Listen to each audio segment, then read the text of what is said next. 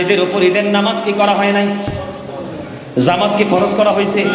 জুমার নামাজ একজন ইমানদার পুরুষের জন্য ফরজে আইন। আমি আপনাদেরকে মনে রাখি, নারী এবং পুরুষ জন্মগতভাবে তাদের মধ্যে পার্থক্য আছে। কথা কয় না কেন? তাদের শারীরিকভাবেও কিন্তু গঠন প্রণালীতে পার্থক্য আছে। জন্মগতভাবে নারী এবং পুরুষ দুইটা আলাদা জীব, সৃষ্টিগতভাবে দুইজনের মধ্যে আলাদা। ধর্মীয় কোন আইন কানুনের ক্ষেত্রে অনেক ক্ষেত্রে তাদের মধ্যে বন্ধু আলাদা, যেমন হজের ক্ষেত্রে, নামাজের ক্ষেত্রে, আছে না নাই? জিয়ারতের ক্ষেত্রে নারী এবং পুরুষের কিন্তু আলাদা বন্ধু।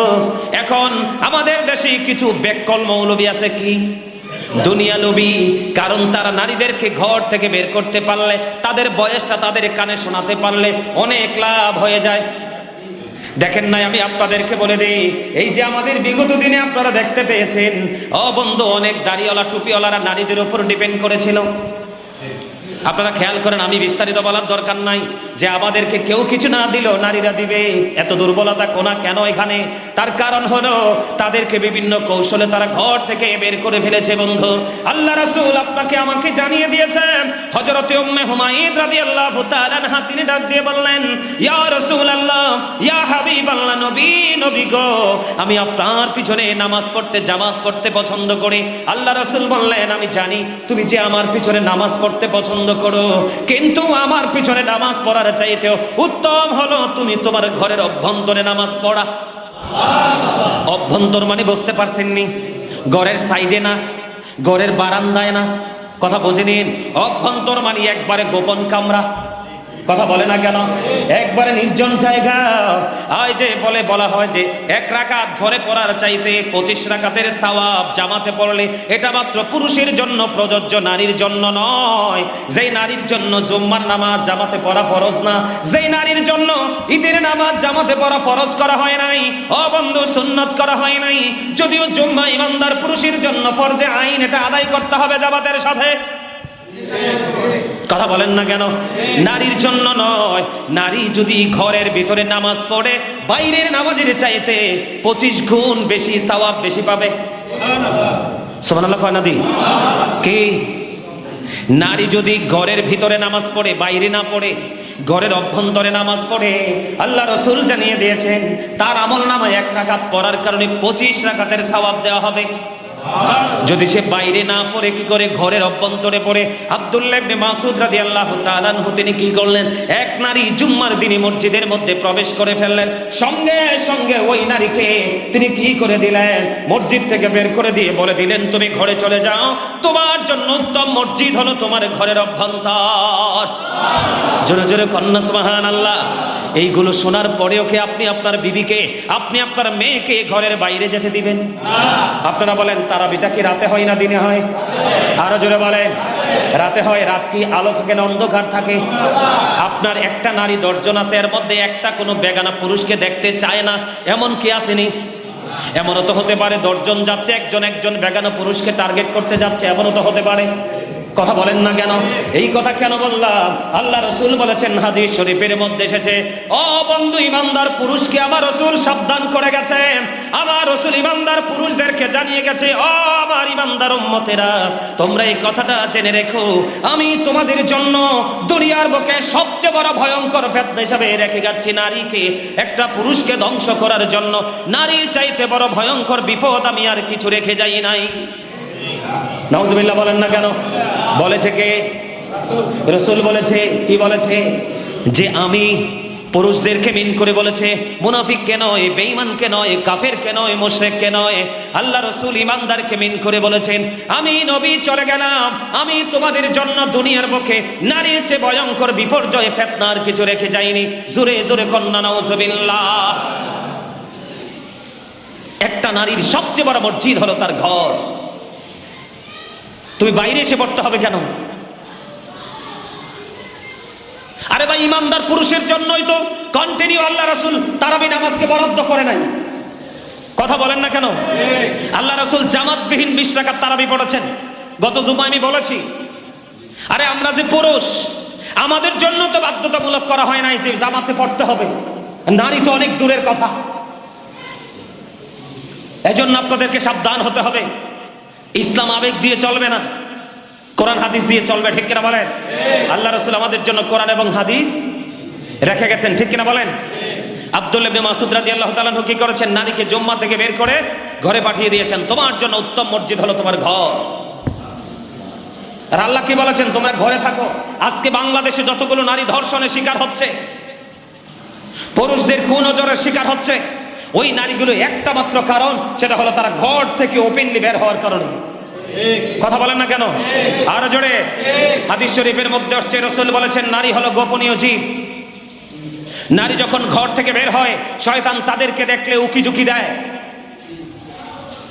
নাউজুবিল্লাহ বলেন না কেন? তা আপনি আপনার নারীকে কন্ট্রোলে রাখবেন তো? আরো জোরে বলেন। যেই নারী তারাবি পড়তে মসজিদ থেকে বের হয়ে গেল, ভাই শোনেন, বিবেক এমন একটা জিনিস, আজকে বলতে হয়, বিবেক এমন একটা জিনিস। লন্ডন থেকে একজন, আমি আপনাকে বলি, আল্লাহ মানুষকে কিভাবে হেদায়াত দিতে পারে, আল্লাহ মানুষকে কিভাবে আলোর দিক থেকে, অন্ধকার থেকে আলোর দিকে ধাবিত করতে পারে। দেখেন একটা এক্সাম্পল। আমার একজন ভক্ত, তিনি লন্ডনে সিটিজেনশিপ নিয়েছেন, তিনি নারী।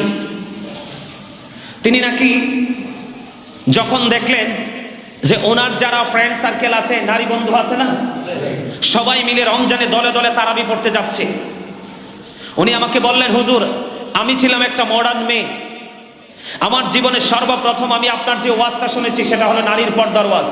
আমি মোবাইল দেখতেছি, দেখতে দেখতে হঠাৎ করে আপনার এই সুন্দর পেজ আমার সামনে এসে প্রকাশ হলো। আমার দেখে আপনার প্রতি আমার একটা দুর্বলতা চলে আসলো। তখন সাথে সাথে আমি ভিডিওতে ক্লিক করলাম, করার পরে দেখলাম নারীর পর্দা নিয়ে ওয়াজ। হুজুর যেদিন আপনার এই নারীর পর্দার ওয়াজ আমি শুনেছি, সেদিন থেকে আমার হৃদয়ে কম্পন শুরু হয়ে গেছে। আমি এতদিন অন্ধকারে এক অধ্যায় ছিলাম। জোরে কন্যা সুবহানাল্লাহ। তিনি আলোচনা শুনতেছে, উনি আমাকে বলতেছে, আমি মাঝে মাঝে আপনার কাছ থেকে বিভিন্ন জিনিস শুনি, মাঝে মাঝে আমাকে টেক্সট করে, আমি আপনার কাছ থেকে বিভিন্ন তথ্য জানতে চাইবো। আমি কই নো প্রবলেম, আমি অ্যাক্টিভ আছি, আমি এগ্রি আছি, কোনো সমস্যা নাই। পরে হঠাৎ করে তিনি একদিন আমার কাছে জানতে চাইলেন যে হুজুর আমি আপনার কাছে একটা দরখাস্ত করতে চাই। কি? আমার কাছে আমাদের লন্ডনে আমার যে সিটি, সেই সিটিতে নারীরা তারাবি পড়তে চলে যায় দল বেঁধে। আমি আপনার কাছে কোরআন হাদিসের দলিল ভিত্তিক আলোচনা চাই, এটা আপনি খুব রিসেন্টলি আপনি করবেন। সম্মানিত উপস্থিতি, যখন আমার এই আলোচনাটা অনলাইনে আমি দিয়ে দিলাম, এরপর থেকে ওনার সকল বন্ধুরা তারাবি পড়তে যায় দলে দলে, কিন্তু তিনি তারাবি পড়তে যায় না। সুবহানাল্লাহ বলেন না কেন? আমি নারী, আমি যতই ধনী হই, যতই শক্তিশালী হই, আমি নারী। মনে করতে হবে আমি একজন নারী। তিনি সেদিন থেকে আর তার দলবদ্ধ সঙ্গীদের সাথে কি করতে যায় না? তারাবি পড়তে তিনি আর যায় না। দেখেন বাংলাদেশে ওপেনলি সবার সামনে আলোচনা করছি, হেদায়েত পাচ্ছে না, আর জাস্ট টিভিতে একটু শুনে কিন্তু তার পরিবর্তন। জোরে কন্যা সুবহানাল্লাহ। সম্মানিত উপস্থিতি, এই জন্য বিবেক লাগবে। আবেগ দিয়ে কিন্তু চলে, আবেগ হচ্ছে নষ্ট জিনিস, মনে রাখবেন। অতিরিক্ত আবেগী মানুষ কিন্তু ধ্বংস হয়। আর অতিরিক্ত বিবেকবান মানুষ যারা চিন্তা করে চলতে পারে, যেই কোনো বিষয় ছোট হোক বড় হোক, তাদের সোনালী দিনগুলো সামনের দিনে অপেক্ষা করছে, ঠিক কিনা বলেন? তাহলে আমরা কি করব না? যেই জায়গায় ঈদের নামাজ, জুমার নামাজ, বড় বড় ইবাদতগুলো, যেই জুম্মা আপনার ঈদের দিনের চাইতে দামি, সেই জুমা তো নারীদের জন্য জামাতটা বরাদ্দ করা হয় না, এটা মাকরু। কথা বলেন না কেন? আরো জোরে। তাহলে আমরা আজকে থেকে জেনে নিলাম, আমরা কখনোই নারীদেরকে জুম্মার নামাজ, ঈদের নামাজ, বিশেষ করে তারাবি নামাজ আমরা নারীদেরকে ঘরের বাইরে গিয়ে পড়তে দিব না। কথা বুঝতে পেরেছেন? আরো জোরে বলেন। পারবেন এটা করতে? আল্লাহ আমাদেরকে কবুল করেন, জোরে বলেন আমিন। সম্মানিত উপস্থিতি, আমি আপনাদেরকে আরেকটু কথা বলতে চাই। সেই কথাটা হলো, আমার কাছে গত 2-3 দিন আগে মালয়েশিয়া থেকে একটা ছেলে, বলেন একটা চিঠি বলতে হয়, অনেক লম্বা করে একটা চিঠি লিখেছে মালয়েশিয়া থেকে। আজকে 2-3 দিন হয়। আমার কাছে ছেলেটা জানতে চেয়েছে যে হুজুর, জুয়া একটা মানুষের জীবনের জন্য, শরীরের জন্য, সমাজের জন্য, ফ্যামিলির জন্য কতটা এফেক্টেড, আপনি একটু গোটা মুসলিম উম্মাহর জন্য, ইমানদার মুমিন মুসলমানের জন্য একটু আলোচনা করবেন। আমি বললাম কেন? হুজুর আমি বিদেশে এসে আমি শুধু মোবাইলে, আপনারা কিন্তু ছেলে বা মেয়ে আদর করে চাইলেই কিন্তু ওই মোবাইলটা কিনে দিয়েন না। এই ছেলেটা বলল, হুজুর আমি দেশের বাইরে আছি, ম্যাক্সিমাম ছেলে বাড়িতে টাকা পাঠায় না, এই মোবাইলের মাধ্যমে অনলাইনে জুয়ার মধ্যে আসক্ত হয়ে গেছে। আমি আপনাদেরকে একদিন বলেছিলাম নেশা নিয়ে, প্রত্যেকটা নেশাই কিন্তু ইসলাম ধ্বংসকারী। তার ফিউচার, তার ভবিষ্যৎ, তার জীবনকে অন্ধকারাচ্ছন্ন পরিবেশে গড়ে তোলার জন্য বাধ্য করে। জুয়া কি একটা নেশা না? কথা বলেন। আল্লাহ কোরআনে কি বলেছেন? ইন্নামাল খামরু ওয়াল মাইসিরু ওয়াল আনসাবু ওয়াল আজলামু রিজসুম মিন আমালি শাইতান। মদ, জুয়া, মূর্তি, ভাগ্য গণনা এগুলো ঘৃণবস্তু, শয়তানের কাজ। শয়তান ইমানদারের বন্ধন শত্রু। ইন্না শাইতানা লাকুম আদুউন ফাত্তাখিযুহু আদুওয়া। শয়তান ইমানদারদের প্রকাশ্য শত্রু, তাকে শত্রু বলে গণ্য করতে হয়। মানুষ যত নোংরামির দিকে নিজেকে যুক্ত করে সেটা একমাত্র শয়তানের কারণে, ঠিক কিনা বলেন? আর জোরে। আমাদের মধ্যে রমজান মাসেও কিন্তু কিছু মানুষ শয়তান আছে, যেটা সারা জীবন শয়তানের কাছ থেকে ট্রেনিং নিয়েছে। একটা মাস শয়তান যদিও বন্দী, সেই শয়তানের অভাবটা পূরণ করছে। নাউজুবিল্লাহ বলেন। আর জোরে। সম্মানিত উপস্থিতি, জুয়ারিকে সমাজ ভালোবাসে কেন? কারণ তার ব্রেইনটা কি হয়ে গেছে?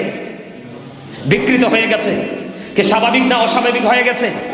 জীবন মানকে সে অবনতির দিকে নিয়ে যাচ্ছে। জুয়ারি এমন একটা নষ্ট জিনিস, সে তার বিবিকে পর্যন্ত বন্ধক দিতে বাধ্য হয়। কথা বলেন না কেন? আমি কি ভুল বললাম? জুয়ারি এতটা নষ্ট জিনিস, আর তার অর্থ কিন্তু চির নস্যাৎ করে দেয়।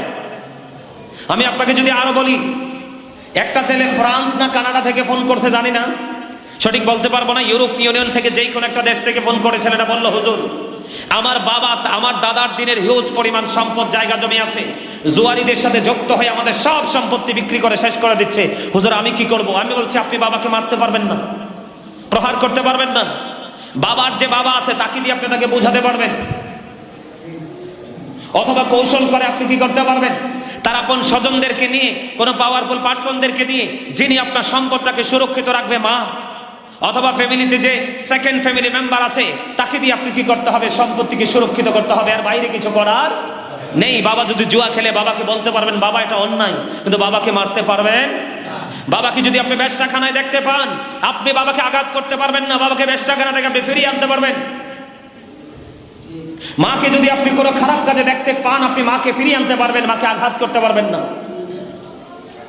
কথাকে বুঝতে পেরেছেন? সম্মানিত উপস্থিতি, আমি এই জন্য আপনাদেরকে বলবো, আমাদের দেহে নষ্ট কিছু জিনিস আছে, নষ্ট কিছু মানুষ আছে, তারা নষ্টামির সাথে যুক্ত থাকতে বেশি পছন্দ করে। এর মধ্যে সমাজের মধ্যে মধ্যবয়সী, বৃদ্ধ এবং কিছু যুবক এবং যুবতী থাকে, প্রত্যেকটা মহল্লায় থাকে।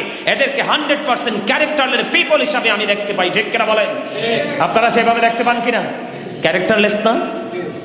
আপনার আইপিএল বিপিএল হয়, ইহুদি নাসারারা খেলে, আমাদের দেশের যুবক যুবতীরা মোবাইলের মাধ্যমে লটারি খেলে, এটাও তো জুয়া। এই যে আপনি ধরেন না, ব্রাজিল আর আর্জেন্টিনা খেলতেছে, আপনি জিতলে আপনি হারলে একটা কমিটমেন্ট করা হয়, এই কমিটমেন্টটাই জুয়া। আমাদের দেশে অনেক ছেলেরা ক্রিকেট খেলে না, কথা কয় না? ক্রিকেট খেলার মধ্যে যে একটা 7-আপের বোতলও যে বিনিয়োগ করা হয়, এটাও জুয়া। কথাকে বুঝতে পেরেছেন? হিসাব বরাবর কথা বলে না কেন? ফুটবল খেলা হয় না, দেখবেন আমাদের আলোচনা শুনতে আসে বাছা বাছা মানুষ, কারণ ইমানদাররা আসে, বিবেকবানরা আসে। আর খেলা হলে দেখবেন সর্বস্তরের মানুষ এখানে দল বাঁধে যায়। আপনারা শুনলে কেমন মনে করবেন জানি না, আমার জীবনে কোনো খেলা আমার হৃদয়ে জায়গা করতে পারে নাই। আমার সুবহানাল্লাহ কয় না? আমার জীবন আমি ভ্যাট হাতে নেই নাই কোনোদিন। ফুটবলে কোনোদিন আমি একটা সুষ্টা দেই নাই, ফুটবলে কোনোদিন। আমি এমন না দর্শনার্থীদের মতো দর্শক সারিতে আমি কোনোদিন খেলা দেখতেও যাই নাই। আমি মাঝে মাঝে বলি যে একজনে দে ইডা, আরেকজনে দে ফিডা, এটা আবার কি খেলা?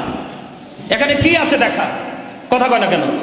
চতুর্দিকে একটা বাউন্ডারি দেওয়া হয়, 4-5 জন এই রোদের মতো ব্যাককলের মতো দাঁড়াই থাকে বল ধরার জন্য। নামাজ নাই, রোজা নাই, রমজান মাসে পর্যন্ত খেলে। আর কিছু ক্যারেক্টারলেস পারসন আছে, তারা কি করে? বাংলাদেশে বসে বসে টিভির পর্দায়, তুমি জিতলে 5,000, তুমি ঠকলে দিতে হবে, ঠিক কিনা বলেন? এগুলো সবগুলো জুয়া। এই জন্য বাবা মা, এই দায় কিন্তু আপনারা এড়াতে পারবেন না। Every parent should take care of their children very carefully. প্রত্যেকটা পিতামাতার উচিত তাদের সন্তানের দায়িত্ব যত্ন সহকারে পালন করা। সন্তান শুধু জন্ম দিলেই চলবে না, আপনি সন্তানকে মানুষ করতে হলে সন্তান যখন বেড়ে উঠবে তার বিচরণের জায়গাগুলো আপনাকে খেয়াল করতে হবে। সন্তান স্কুলে যাচ্ছে, সময় মতো বাসায় ফিরছে কিনা? আপনার সন্তানরা যে অফ ডে, যেদিন ছুটির দিন আছে, সেই ছুটির দিনে আপনার সন্তানরা কার কার সাথে মিশছে সেটা আপনাকে খেয়াল করতে হবে। সন্তানটা নির্দিষ্ট সময়ের পরে ঘরের বাইরে কেন আছে এটা আপনাকে খেয়াল করতে হবে। আর এখন তো আরে বাপরে ডিজিটাল যুগ হয়েছে, ফুট দরজা লাগাইয়া কি করতেছে সেটা দেখে না, লজ্জা শরম নও। সম্মানিত উপস্থিতি, আপনি যদি আপনার সন্তানটাকে পারিবারিক শিক্ষা, সামাজিক শিক্ষা, এবং বড় হওয়ার পরে যখন সে ফ্রেন্ড সার্কেলের সাথে মিশতে থাকে, বন্ধুদের সাথে মিশতে থাকে, ওই জায়গাটা কোন কোন ছেলেদের সাথে মিশতে থাকে, এই তিনটা জায়গা যখন আপনি আপনার ছেলের সাথে যখন আপনি খেয়াল রাখবেন, তখন আপনার ছেলে ধর্ষণ, জুয়া, ব্যভিচার, চুরি, ডাকাতি, নোংরা কাজ থেকে পরিপূর্ণ বেঁচে থাকবে। এটার দায়িত্ব আপনাকে আমাকে নিতে হবে। পৃথিবীর সবার কাছে সন্তান বড় হয়, বাবা মার কাছে কখনোই সন্তান বড় হয়। পৃথিবীর মানুষ যদি কেউ টাচ করে বিচার বসে, বাবা যদি তাকে রক্তাক্ত করে মেরেও ফেলতে চায়, তারপরে মানুষ সাহস করে না বিচার করতে, কারণ জন্মদাতা বাবা এবং জন্মদাত্রী মা। ঠিক কিনা বলেন? আপনারা কি আমার কথা কষ্ট পাইছেন? এখনো রমজান মাসেও নাকি দেশে বিদেশে অসংখ্য ছেলেরা জুয়া খেলছে। আমি সবাইকে বিনীতভাবে অনুরোধ করব, জুয়া এটা মুসলমান ইমানদারের জন্য একবারে হারাম কাজ, শয়তানের কাজ। এই জুয়া মানুষের পুরো ভবিষ্যৎকে ধ্বংস করে দেয়। আল্লাহ দেখতে পারে না, সমাজের মানুষও দেখতে পারে না, কোনো সুশীল সমাজে তার গ্রহণযোগ্যতা থাকে না, এবং তার স্বপ্ন পূরণের লক্ষ্যে যে অর্থ গুরুত্বপূর্ণ ভূমিকা রাখে, সে অর্থ তার জীবনে থাকে না। এই জুয়ার অনেকগুলো আপনার ব্যাড সাইড আছে। আমরা যেন এই জুয়া থেকে, মদ খাওয়া থেকে, জিনা থেকে, ব্যভিচার থেকে, আল্লাহ রাসূল যেগুলো পছন্দ করে না সেই সমস্ত কাজ থেকে যেন আমরা বিরত থাকতে পারি। আল্লাহ যেন আমাদেরকে সে তৌফিক দান করে। বিবেক এমন একটা জিনিস, আমি আবারও মনে করিয়ে দিই, বিবেক হলো আল্লাহর দেওয়া একটা নূর, যেই নূর দিয়ে তার লাইফকে আলোকিত করতে পারে, তার ফিউচারকে আলোকিত করতে পারে, এভরিথিং অল সাইডকে আলোকিত করতে পারে। বিবেক নামক নূর আল্লাহ যাকে দেয় না, তার মতো কপাল পোড়ার কেউ হতে পারে না। কথা বলেন না কেন? আজকে আপনার আমার সবার মনে করা উচিত, আজকে স্পেশাল রাত, স্পেশাল দিন, স্পেশাল মাস। প্রত্যেকটা মিনিট, প্রত্যেকটা সেকেন্ড আমাদের কাছে অত্যন্ত প্রেমময়, অত্যন্ত গ্রহণযোগ্য, নিয়ামতে পরিপূর্ণ। ঠিক কিনা বলেন? আর জোরে বলেন। ও বন্ধু, আমাদেরকে বেশি বেশি করে কি করতে হবে? ইফতার করতে হবে না? কি দিয়ে রাসূল ইফতার করতেন? কি বলে জানেননি? আপনারা জানেন, সবাই মোটামুটি জানেন, কিন্তু দুই একজন হয়তো জানে না। আল্লাহুম্মা লাকা সুমতু ওয়া আলা রিজকিকা ওয়া আফতারতু। পারেন না? ইফতার করার আগে, ইফতার করার আগে পড়েন না? আমার কথা কয় না। আল্লাহুম্মা, আর কর না কেন? আর জোরে, আর জোরে। আল্লাহুম্মা লাকা সুমতু ওয়া আলা রিজকিকা ওয়া আফতারতু। জোরে জোরে কন্যা একবার আল্লাহু আকবার। আমি আপনার জন্যই রোজা রেখেছি আর আপনার রিজিক দিয়ে ইফতার করছি। কি চমৎকার! দেখছেন, রোজা আমরা কার জন্য রাখছি? আল্লাহর জন্য। আবার আল্লাহ যে নিয়ামত দিয়েছে, আমরা সেই নিয়ামত দিয়ে আবার ইফতার করছি। আল্লাহর কাছে আমরা স্বীকারোক্তি দিচ্ছি, এর চেয়ে বড় নিয়ামতপ্রাপ্ত বান্দা সৃষ্টি জগতার কেউ হতে পারে না। আল্লাহ, আমি তোমার জন্য রোজা রেখেছি এবং তোমার দেওয়া নিয়ামত দিয়ে আমি ইফতার করছি। আওয়াজ তুলে কন্যা একবার সুবহানাল্লাহ। আমরা সেই কৃতজ্ঞ বান্দা হতে চাই। আল্লাহ কোরআনে বলেছেন, ফাযকুরুনি ইয়াযকুরুকুম ওয়াশকুরুলি ওয়ালা তাকফুরুন। তোমরা আল্লাহকে স্মরণ করো, তাহলে আল্লাহ তোমাদেরকে স্মরণ করবে। তোমরা কৃতজ্ঞ হও, অকৃতজ্ঞ হইও না। আওয়াজ তুলে কন্যা সুবহানাল্লাহ। আমরা অকৃতজ্ঞ নই, আমরা আমার মালিককে খুশি করার জন্য রোজা রেখেছি এবং মালিকের নিয়ামত দ্বারা আমরা ইফতার। সুবহানাল্লাহ বলেন, আর জোরে বলেন, আর জোরে। বন্ধুরে আমার, আপনাকে আমাকে বেশি বেশি করে বন্ধু এই কাজগুলো করতে হবে, তাহলে আপনি আমি পরিপূর্ণ রোজাদার হয়ে কবরে যেতে পারবো। ঠিক কিনা বলেন? আমরা রোজা রাখতে চাই কি চাই না? বেশি বেশি করে চাই কি চাই না?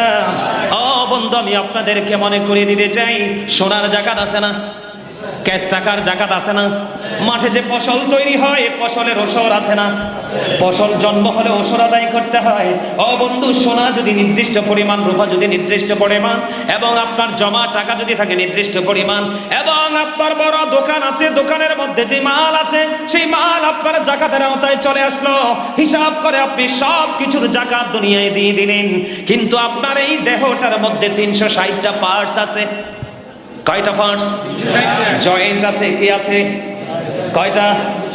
360টা জয়েন্ট আছে। ও বন্ধু, আপনি এই 360টা জয়েন্টের জাকাত তো দিতে হবে, আদায় করতে হবে। এই শরীরের জাকাত হলো বন্ধু রোজা।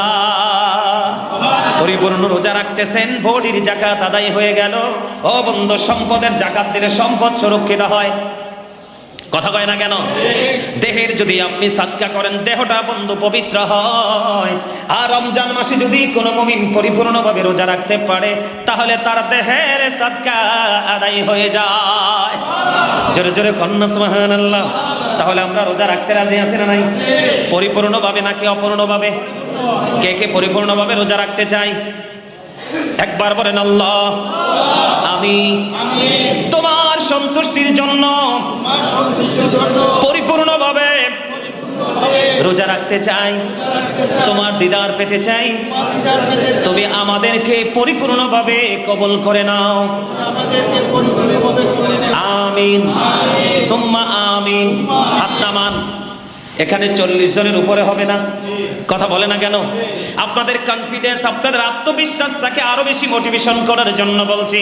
এখানে কি 40 জনের বেশি আছে না নাই?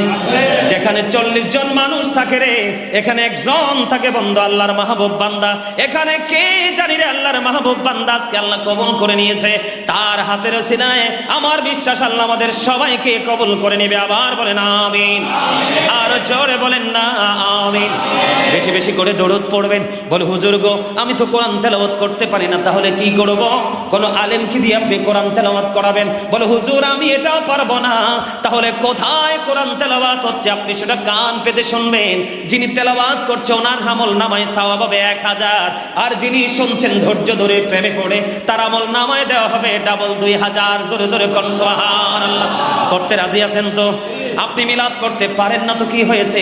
মিলাদ ওয়ালাকে আপনার বাড়িতে নিয়ে ঢুকিয়ে দেন। হুজুর আমি কিছুই দিতে পারবো না, আমি আমার রাসূলকে ভালোবাসি।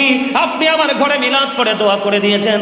আপনি মা প্রাণ খুলে হৃদয় উজাড় করে শুনতে থাকেন। এটা হলো প্রেম এবং তাকওয়া। ওই বান্দাদের জন্য আল্লাহর নিয়ামত। জোরে জোরে কোন সুবহানাল্লাহ।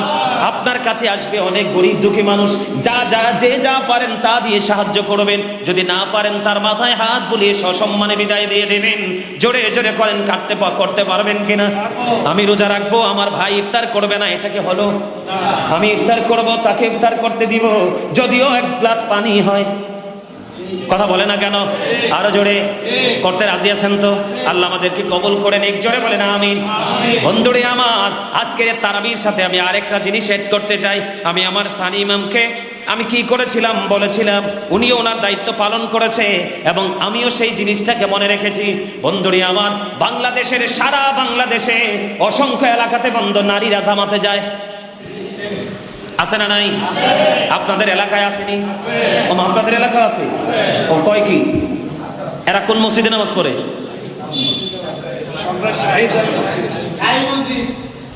খাইছে না? আমি তো ভাবছি এখানে নাই। নাউজুবিল্লাহ বলেন। আরো জোরে, আরো জোরে, আরো জোরে। নারীদের জন্য তো জামাত বাধ্যতামূলক করা হয় নাই। কথা কয় না? নারীরা ঘরের বাইরে গিয়ে নামাজ পড়া মাকরুহ। কে কথা বলেন? আপনি কি আমাকে মানবেন না রাসূলকে? রাসূলকে।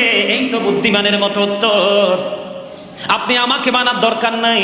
আমি কে? আমি কিছুই না যদি আমার মধ্যে আমার রাসূল না থাকে। কথা বলে না কেন? আপনি তো কোরআনকে অস্বীকার করতে পারবেন না। আল্লাহ রাব্বুল আলামিন কোরআনে বলেছেন অকরনা ফি বুয়ুতিকুন্না ওয়ালা তাবাররাজনা তাবাররুজাল জাহিলিয়াতিল ওলা। আমার আল্লাহ জানিয়ে দিয়েছেন ওই জাহিলি যুগের নারীদের মতো তোমরা তোমাদের রূপটাকে অন্য কোনো বেগানা পুরুষকে দেখিও না। তোমরা ঘর থেকে বের হইও না, তোমরা ঘরের মধ্যেই তোমরা অবস্থান করো। সুবহানাল্লাহ বলেন না? আরো জোরে বলেন। কে বলেছে? আল্লাহ কোরআন থেকে প্রমাণিত। আমি আপনাদেরকে বলি, নারীদের উপর ঈদের নামাজ কি করা হয় নাই? জামাত কি ফরজ করা হয়েছে?